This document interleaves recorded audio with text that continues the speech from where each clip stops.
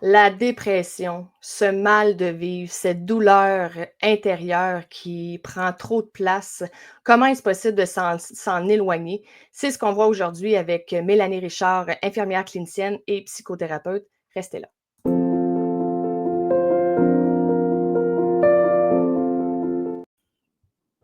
Mélanie, allô? Bonjour Pamela, merci beaucoup pour cette belle invitation. C'est toujours un plaisir de venir échanger avec toi.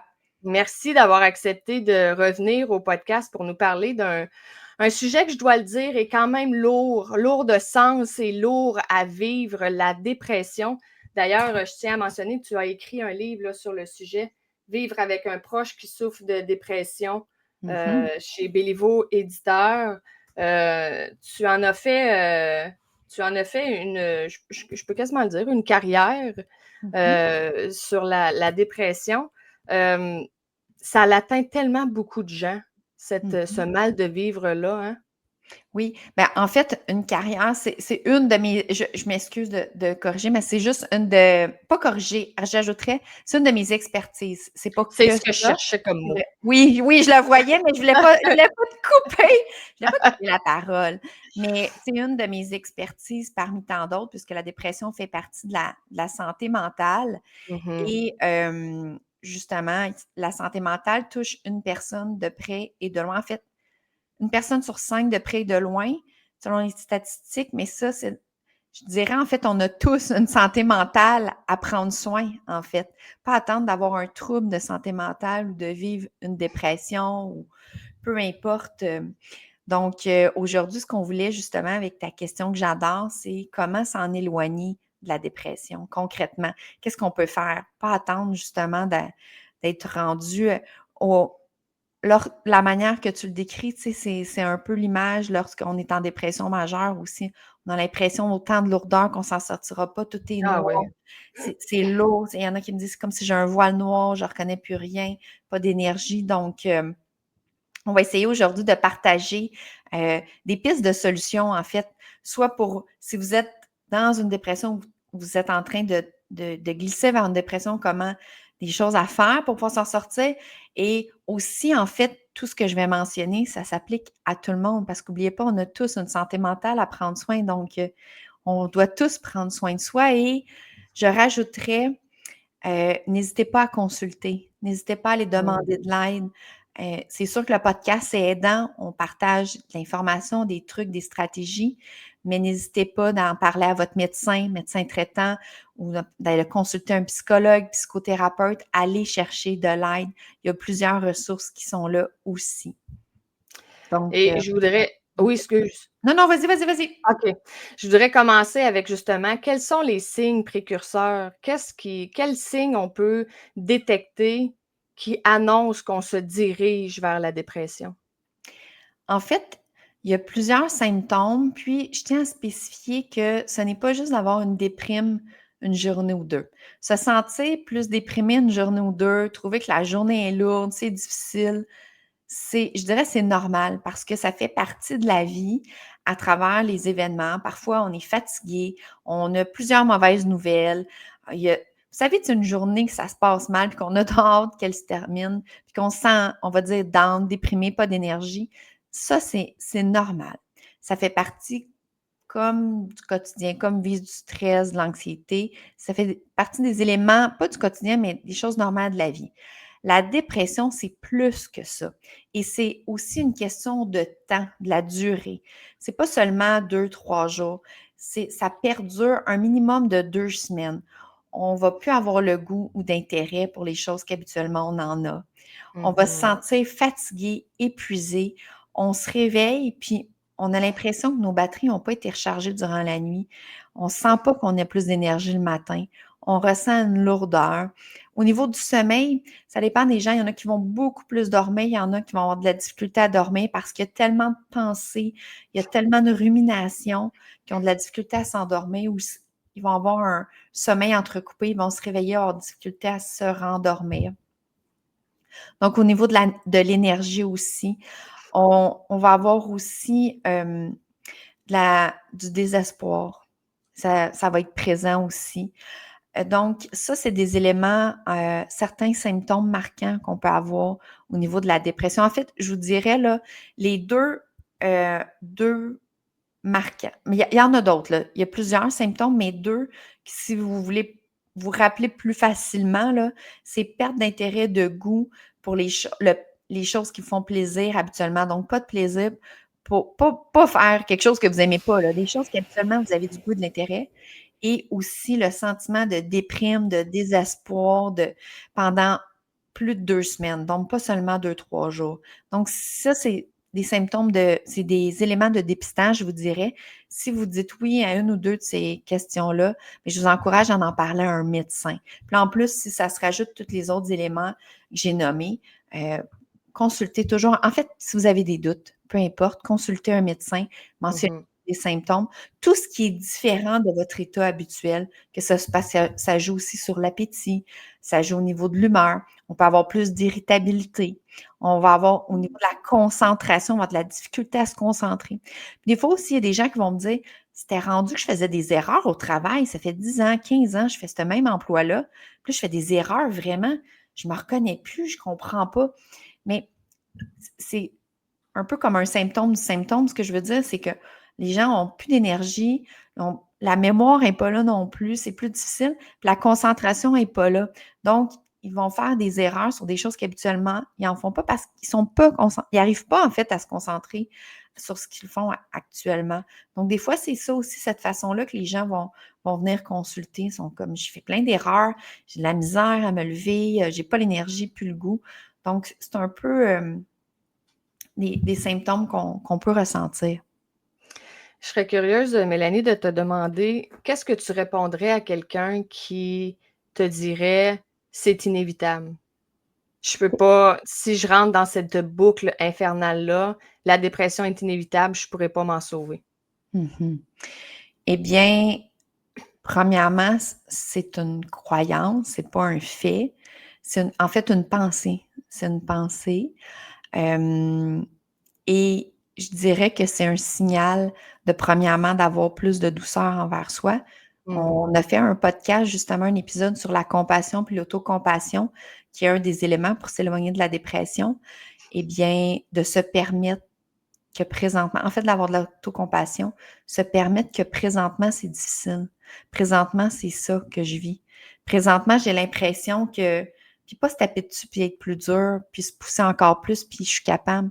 On n'est pas des super-héros, on n'est pas des machines. Oui, on est capable de faire, mais il faut aussi prendre soin de soi, pas juste accomplir des tâches. Donc, c'est un signal pour moi qu'il faudrait en parler, il faudrait aller consulter pour voir ce qui se passe. Puis au contraire, plus rapidement vous allez consulter, vous allez chercher de l'aide. Puis c'est pas nécessairement, parce que là, c'est pas un diagnostic juste avec ce que tu me mentionnes. Là. C'est pas parce qu'on a peur de. Tu sais, moi, j'ai longtemps eu peur de vivre une dépression parce que ma mère a vécu une dépression lorsque j'avais 13 ans, mais j'ai jamais eu de dépression. J'allais dire, je suis chanceuse, c'est pas une chance. Tu sais, j'ai pas le bon mot, mais heureusement, je dirais, ou j'ai même pas de mots. Jusqu'à présent, parce que je suis pas à l'abri moi non plus, je suis aussi un humain. Moi aussi, je pourrais un jour vivre une dépression. Eh bien, j'avais cette peur-là, moi, depuis que j'avais 13 ans, de vivre une dépression. Je voulais pas souffrir comme j'ai vu ma mère souffrir. D'ailleurs, c'est pour ça que je suis devenue une experte en santé mentale pour aider le plus de gens possible. J'aime tellement l'humain, je veux tellement aider, inspirer les gens. Je me suis dit, je vais devenir une experte pour aider les gens à pas souffrir comme j'ai vu ma mère souffrir. Donc, plus vous attendez, c'est ça que j'allais dire, c'est que ce n'est pas parce que vous pensez que si ça continue, que vous allez être en dépression, que vous êtes actuellement en dépression. Ça ne veut pas dire que la semaine prochaine, vous êtes en dépression. Mais ce que je veux dire, c'est une opportunité pour regarder ce qui se passe. Il y a clairement quelque chose qui se passe pour que vous posiez cette question-là. Tant mieux si ce n'est pas une dépression. Ça peut être un épuisement professionnel, peu importe, peut-être que vous êtes oublié, peu importe ce que c'est, mais de se prendre un moment, se poser la question, qu'est-ce qui se passe? Et si c'est nécessaire de consulter, ou si vous n'êtes pas sûr, consultez. Vous êtes mieux de consulter puis de vous poser la question, de regarder. Parce que si jamais vous êtes en dépression, parce qu'il y a plusieurs niveaux de dépression légère, modérée et profonde, plus rapidement qu'on s'en rend compte et qu'on a de l'aide, moins qu'on va en profondeur dans la dépression. Donc, ce n'est pas tout le monde qui vit une dépression qui finit à avoir de la difficulté à se lever le matin, que c'est lourd de juste ne pas rester en pyjama ça peut être léger. Et lorsque c'est léger, les gens, ils sont capables encore d'aller travailler. C'est difficile, c'est lourd. Ça leur prend toute leur énergie. Ils ont de la difficulté à se concentrer. En arrivant après le travail, là, ils sont épuisés, ils n'ont plus d'énergie pour faire le reste, puis ils vont mettre de côté tout ce qui leur fait du bien, tout ce qui les aide. Mais plus qu'on reste dans la dépression, plus on tend vers la dépression profonde. Donc, ça s'intensifie au niveau des symptômes. Puis, plus que ça s'intensifie, plus c'est difficile après ça de s'en sortir. Mais c'est faisable, tout est possible. Et c'est pour ça que je partage et je continue mon travail, j'écris des livres. C'est parce que c'est possible de ne pas s'y rendre et c'est possible que lorsque on souffre d'une dépression, c'est possible de s'en sortir. Même si présentement quelqu'un écoute et qu'il est en dépression, qu'il pense qu'il est en dépression, qu'il a l'impression qu'il ne s'en sortira pas, sachez que c'est temporaire. Ce que vous sentez présentement, ce que vous ressentez, ce que vous avez l'impression dans ces pensées, vous allez me dire, Mélanie, tu ne me connais pas, là, je le sens vraiment. Oui, mais c'est temporaire. Tout change, tout est en mouvement. Vous n'allez pas toujours être dans cet état-là. Ce n'est pas vous. C'est la dépression, justement, qui fait que présentement, vous avez cette impression-là, que vous êtes convaincu puis que vous avez envie de me dire, Mélanie, tu ne comprends pas. C'est comme ça que je me sens. Donc, c'est l'effet, justement, de la dépression. Et vous allez finir par vous en sortir. Ça ne va pas rester tout le temps comme ça. Et justement, si vous ne savez pas, allez consulter. Allez en parler. Et maintenant, la grosse question, Mélanie, comment s'en éloigner? En fait, je vais partager plusieurs astuces, trucs et conseils. C'est officiel que dans mon livre, il y en a plusieurs. En fait, je parle que de ça. Évidemment, j'explique la dépression, à peine un chapitre, là, mais c'est surtout quoi faire, quoi ne pas faire, parce que parfois, on fait des choses. J'ai autant pour soi que le proche, parce que parfois, on va faire des choses qu'on pense qui sont aidantes, mais c'est pas ça. Puis c'est pas dans le jugement, là, c'est vraiment juste pour aider, pour partager les connaissances. En fait, la première chose qui me vient en tête, c'est l'action éloigne de la dépression. Donc, l'action, c'est pas juste de travailler et faire des tâches, faire aussi du plaisir, faire des choses qu'on aime, prendre soin de soi, expérimenter la vie, faire des choses. Parce que lorsque, vous savez l'exemple que je donnais, quelqu'un qui est en dépression légère, plus ça va, elle va se forcer à faire sa journée, mais elle va mettre de côté. Ce qu'on met de côté en premier lorsqu'on n'a plus d'énergie, c'est les choses qui nous font du bien, les choses qui nous font plaisir. On va s'isoler, on va annuler nos soupers entre amis, on va annuler nos sorties. Donc, l'isolement fait partie des symptômes de dépression et c'est le contraire. On doit avoir du social, on doit sortir. Donc, c'est pour ça que je disais être dans l'action éloigne de la dépression. Puis je le sais, vous n'avez pas le goût, je le sais, vous n'avez pas l'intérêt, je le sais que vous n'avez pas envie de voir personne, je le sais que vous ne voulez pas que personne vous voit comme ça, mais c'est le contraire. C'est justement le goût, l'intérêt n'est pas là, mais c'est la dépression qui pense, ça, c'est pas vous. Et il faut se pousser à le faire et c'est le contraire. C'est des facteurs de protection, nos proches, nos amis, faire des choses qu'on aime. Donc, l'action de cette façon-là, avoir l'autocompassion envers soi. Je n'expliquerai pas au complet l'autocompassion, puisqu'on a fait un podcast sur ça. Si c'est possible, Pamela, juste de mettre le lien de notre autre épisode de podcast sous cette vidéo-là, vous irez voir. J'explique c'est quoi la compassion, l'autocompassion, comment le mettre en pratique. C'est vraiment quelque chose qui est très aidant, surtout si vous êtes dans la dépression présentement. Vous pensez que vous n'en sortirez pas. Vous avez l'impression que vous ne servez plus à rien. L'autocompassion, avoir de la douceur envers vous, ça va vous aider. Au lieu d'avoir plus de dureté puis d'essayer de vous pousser à vous dire, voyons, je ne suis pas comme ça, je devrais être. Donc, allez écouter cet épisode-là, va vous donner beaucoup de pistes. Prendre soin de soi. Qu'est-ce que ça veut dire, prendre soin de soi? Et ça, là, ça veut rien dire. Hein? Prendre soin de soi. C'est assez large. Ah, ça veut rien dire. En fait, prendre soin de soi, j'ai envie de vous référer à mon autre livre, Émerger de sa zone de confort, OK? Parce que dans ça, dans ce livre-là, il y a plein d'éléments détaillés que je parle dans le livre Vivre avec un proche qui souffre de dépression, que ce soit de vivre nos émotions, que ce soit de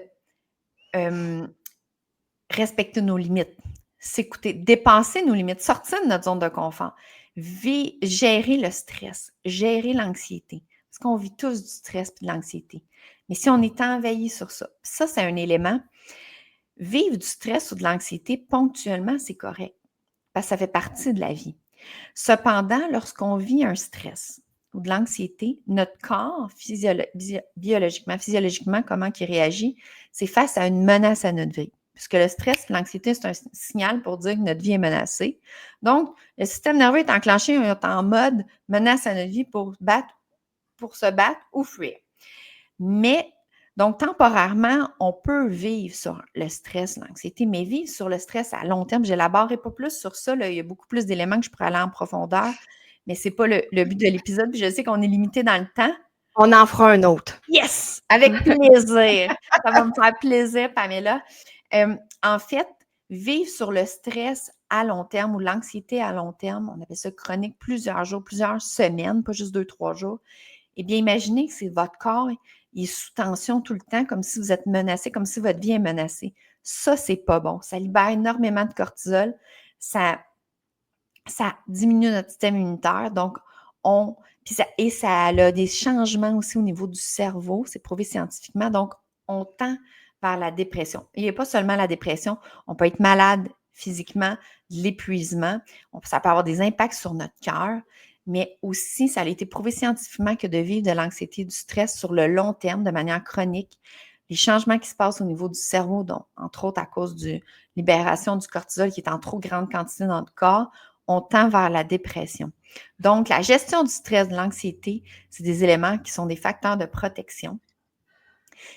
Je peux juste finir une affaire. Je sais que tu veux dire juste une affaire avec sortir de ta zone de confort parce que on aime bien ça être dans notre zone de confort, le connu, mais parce que notre zone de confort n'est pas nécessairement confortable, mais la zone de confort, c'est le connu, c'est la routine. Mais notre cerveau, là, on a besoin d'être stimulé en tant qu'humain. On a besoin de vivre des expériences. Et pour pouvoir vous épanouir, pour pouvoir avoir du plaisir, découvrir de la nouveauté, vous découvrir davantage, découvrir des nouveaux intérêts, des compétences que vous ne pensiez pas avoir, créer des nouvelles amitiés, mais il faut sortir de notre zone de confort. C'est le but de mon premier livre et c'est comme ça aussi qu'on se découvre davantage. Et plus qu'on se connaît, en plus qu'on va écouter nos signes précurseurs, qu'on est en train de tendre vers une dépression, qu'on a moins d'intérêt, moins le goût, on va s'en rendre compte plus rapidement si on est plus à notre écoute. C'est ça aussi que j'explique dans ce livre-là. Donc, plus qu'on développe ça, c'est tous des facteurs de protection pour s'éloigner de la dépression. Et lorsqu'on s'épanouit, qu'on a la joie de vivre, qu'on vit plein de belles expériences, qu'on profite de la vie, eh bien, on ne tend pas vers la dépression, c'est des facteurs de protection. C'est pour ça que j'encourage aussi de sortir de sa zone de confort. Donc voilà, c'est ce que je voulais dire. Je m'arrête ici parce que je pourrais élaborer chacun des éléments. Bien, de toute façon, j'ai une question qui est en lien avec la zone de confort, justement. Comment on peut savoir, Mélanie, si notre sortie de zone de confort est trop? Puis là, je ne parle pas d'apprendre à dire non. Je parle de... Parfois, tu le sais que tu dois sortir de ta zone de confort, mais ça te rend tellement inconfortable. Mais là, tu te dis, est-ce que ça me rend inconfortable parce que je suis un pied en dehors de ma zone de confort ou ça me rend inconfortable parce que je ne devrais pas le faire? Excellente question. En fait, ce qui est normal lorsqu'on sort de la zone de confort, et moi, là, maintenant, là, je m'amuse tout le temps à sortir de ma zone de confort parce que je le sais, je vais grandir de ça, je sais que je vais apprendre quelque chose, je vais découvrir quelque chose. Et je peux vous confirmer que c'est une manière aussi de grandir notre confiance en soi. Et c'est plus qu'une confiance, c'est une solidité en soi. En fait, lorsqu'on sort de notre zone de confort, et je le vis toujours à chaque fois, on passe une zone qui est totalement normale, qui est de l'inconfort. Ça génère de l'anxiété, ça génère de l'inconfort puisque notre cerveau est fait pour nous protéger. Notre cerveau est fait pour ne pas qu'on vive des expériences qui est une menace à notre vie ou qui peut nous faire souffrir. Donc, c'est normal qu'il nous envoie ce signal-là lorsqu'on va vers l'inconnu. Ce qui est là qui est important d'être à notre écoute et d'apprendre à s'écouter pour voir comme, OK, là, je vis de l'inconfort, je vis quelque chose où je ne suis pas bien, je suis stressée. De prendre un temps, en fait, ce que je conseille dans ces moments-là, c'est le temps de prendre une pause, de respirer et d'analyser. Présentement, là, y a-tu quelqu'un qui vient de rentrer dans la salle avec un gun, un fusil à me menacer pour ma vie?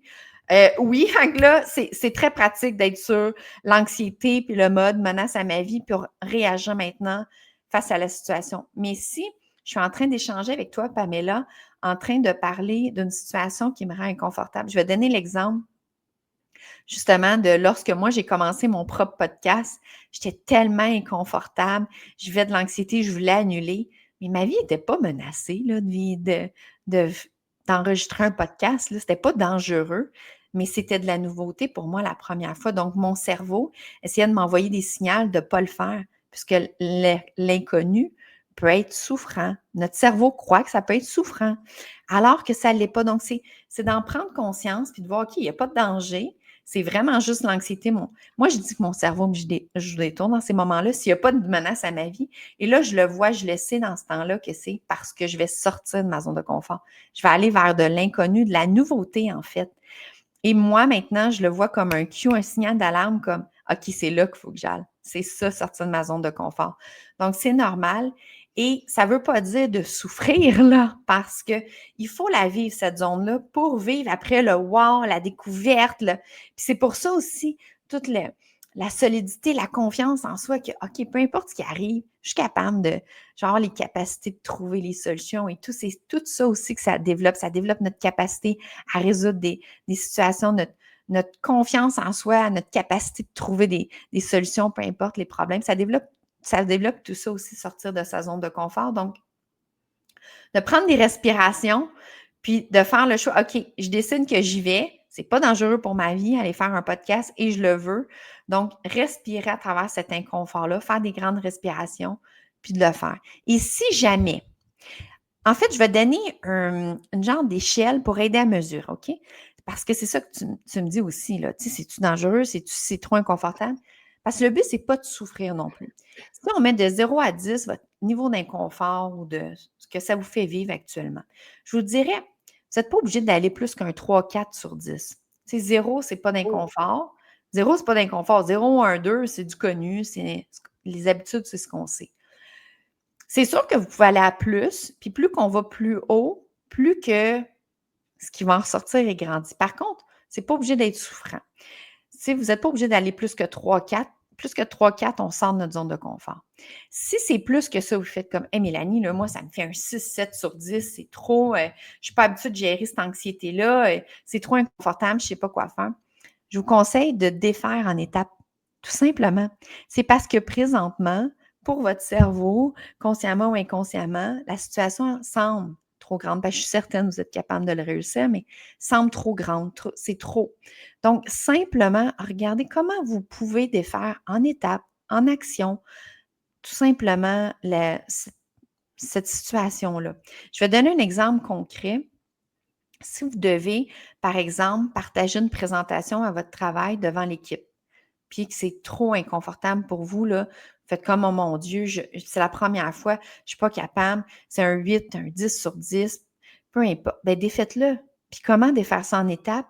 Mais exposez-vous à d'autres personnes. Si votre équipe, je donne un exemple, c'est juste des exemples, ce que je dis, modulez tout à oui. votre façon. Si vous me dites, mais mon équipe, c'est 10 personnes, pour moi, hey, je ne suis pas capable, mais pratiquez-vous à le mentionner à un proche pour commencer ce que vous voulez dire. Ça n'est une exposition. Ça va être plus petit comme étape. Plus, après ça, OK, vous êtes confortable. Mentionnez-le devant un collègue, devant 2 collègues, je ne sais pas. Allez-y selon votre niveau d'inconfort et à chaque fois, c'est une sortie de zone de confort. Puis après ça, vous allez vous rendre à ce que vous pensiez qui était infaisable. Et, oh mon Dieu, vous allez être tellement fiers de vous. C'est tellement incroyable ce que ça va vous générer. Et ça, c'est des éléments qui éloignent la dépression. Tout ce qu'on Ça, vient de partager. ça me fait penser, Karen Larocque, je ne sais pas si tu connais, Ça me dit qui a, quelque chose, qui a oui. écrit un livre, puis c'est quand le corps sonne l'alarme, Oui, puis oui. qu'elle dit les 3 P, le plus Oui. petit pas à la fois. C'est Mmh. faire les plus petits pas à la fois. C'est Mmh. exactement ce que tu viens de dire. Donc, j'adore ton astuce de défaire. Puis, tu sais, la question était beaucoup à savoir, tu sais, est-ce que si puis là, ça va être ma dernière question. Après ça, je te laisse enchaîner parce qu'il reste peu de temps. Mais si on sort Déjà trop Ben oui, ça part tellement vite. Si on est à un 6-7 sur 10 puis qu'on décide d'y aller, est-ce qu'on peut y aller trop souvent et que ça mette notre santé mentale en danger? De sortir de sa zone de confort. Avec une intensité trop haute, trop souvent. En fait, ma réponse d'emblée, c'est non, mais ça dépend de vous. Moi, Ouais. là, je veux, tu sais, je gère bien mon anxiété, je suis bien dans mon écoute, j'écoute mon ressenti, j'écoute mes émotions, tu sais, c'est quelque chose que je suis habituée, puis au contraire, je veux vivre des expériences qui vont me sortir de ma zone de confort, parce que j'aime ça, puis parce que je le sais, ce que ça me procure, puis tout ce que ça va générer par la suite. Par contre, si vous vous dites: «Ah, écoute, là, moi, là, non, c'est trop, je sais pas quoi faire avec ça» et que ça vous tu sais, écoutez-vous. C'est sûr que ça peut vous rendre pas bien, puis ça peut vous faire vivre encore plus d'anxiété si vous, par exemple, vous savez même pas que ça vous fait vivre de l'anxiété, puis que vous savez pas comment gérer votre anxiété. Donc, j'ai envie de te dire, ça dépend de chaque personne. Parce que je pourrais te donner, j'ai plein de gens en tête, mais je pourrais te donner plein d'exemples. Je dirais que je ramène à vous écouter. Apprenez à vous découvrir. La clé est toute là. Puis chacun son rythme, chacun. Donc, tout est possible. Mais ce qui est essentiel, c'est notre rythme. On a tous un rythme différent. On est tous uniques. Donc, d'y aller à notre rythme, puis de se découvrir davantage, d'être plus à notre écoute. Donc, apprendre à gérer nos émotions, apprendre à écouter nos signaux de notre corps. Je suis fatiguée, j'ai-tu faim? Parce que même ça, c'est aussi banal que ça pour pouvoir s'éloigner de la dépression. Est-ce que je prends mes pauses au travail? Est-ce que je prends le temps de manger ou j'avale un sandwich ou un shake en faisant mes courriels? C'est aussi banal que ça. Prendre le temps. Ou, ça, je vais donner un exemple de moi que je faisais avant. Souvent, je mangeais pas, mais j'écoutais pas mes signaux de faim. Je prenais un café, je prenais un autre café, je continuais mes choses, puis à un moment donné, tu sais, le corps t'envoie toujours des signaux. À un moment donné, je devenais avec un gros mal de tête. Et c'est parce que ça faisait je ne sais pas combien d'heures que mon corps m'envoyait des signaux que j'avais faim, mais j'étais comme, oh non, je vais finir ça, je vais faire ça, je prenais un café, puis, mais je ne m'écoutais pas, juste ça. C'est important d'écouter nos propres besoins. Ça pas juste, attendez pas d'être rendu malade ou de vous sentir malade. Dès maintenant, dès aujourd'hui, vous écoutez le podcast, commencez à vous écouter, prendre soin de vous. Prenez 5 minutes pour respirer. Prenez 5 minutes pour avoir. Je rajoute celle-là, en fait. Je rajoute un dernier élément. On finira sur ça si tu veux. Je sais que tu vas me couper. Je vais rajouter une dernière chose. Je vais rajouter. Parce que c'est quelque chose qui aide à éloigner de la dépression et à s'en sortir aussi. Puis c'est tellement puissant. C'est de ressentir de l'appréciation, de la reconnaissance pour quelque chose. C'est ce qu'on nomme la gratitude. Mais moi, je le nomme de cette façon parce que la gratitude, ça a été tellement dit et redit que maintenant, je trouve que les gens le font de manière machinalement et mentale. Ah, merci ci, merci ça, mais ce n'est pas ressenti. Ouais. Et pour avoir les effets bénéfiques qui est prouvé scientifiquement, il faut le ressentir. C'est pas juste machinalement dans notre tête. Et le ressentir, c'est vraiment faire. Ça prend un dixième de seconde, c'est pas long. Oh wow, je suis tellement heureuse de partager ça avec vous. Wow, merci Pamela de m'inviter sur le podcast. Oh wow, il fait beau aujourd'hui. Plus vous avez de l'appréciation, de la reconnaissance sur des choses, des petites choses, des gens, la nature, peu importe, eh bien, plus l'effet sur vous, c'est que dans notre cerveau, ça a instantanément des sécrétions d'endorphines et de sérotonine, qui sont les hormones du bien-être et du bonheur. Ce sont des hormones justement, qu'il y a dans les médicaments lorsqu'on est en dépression, dans les antidépresseurs. Il n'y a pas que ça, mais ce sont des molécules, puisque lorsqu'on est en dépression, on a besoin plus de sérotonine. Donc, pratiquez-vous maintenant, là, en écoutant le podcast. Prenez quelques secondes pour ressentir, apprécier pour quelque chose, peu importe ce que c'est actuellement, et pratiquer l'appréciation, la gratitude à tous les jours. Ça, là, ça aide à tous les niveaux, au niveau du bien-être, de notre santé, et ça permet, lorsqu'on fait ça, d'être dans le moment présent. Ça permet de prendre soin de soi. Donc, commencez par ça, respirer, appréciation, gratitude pour vous découvrir, prendre du temps pour vous. Et là, je m'arrête. Je te fous. Arrête, Mélanie, arrête! Fais trop bien me lire dans mon non-verbal. Je me fais prendre à mon propre jeu.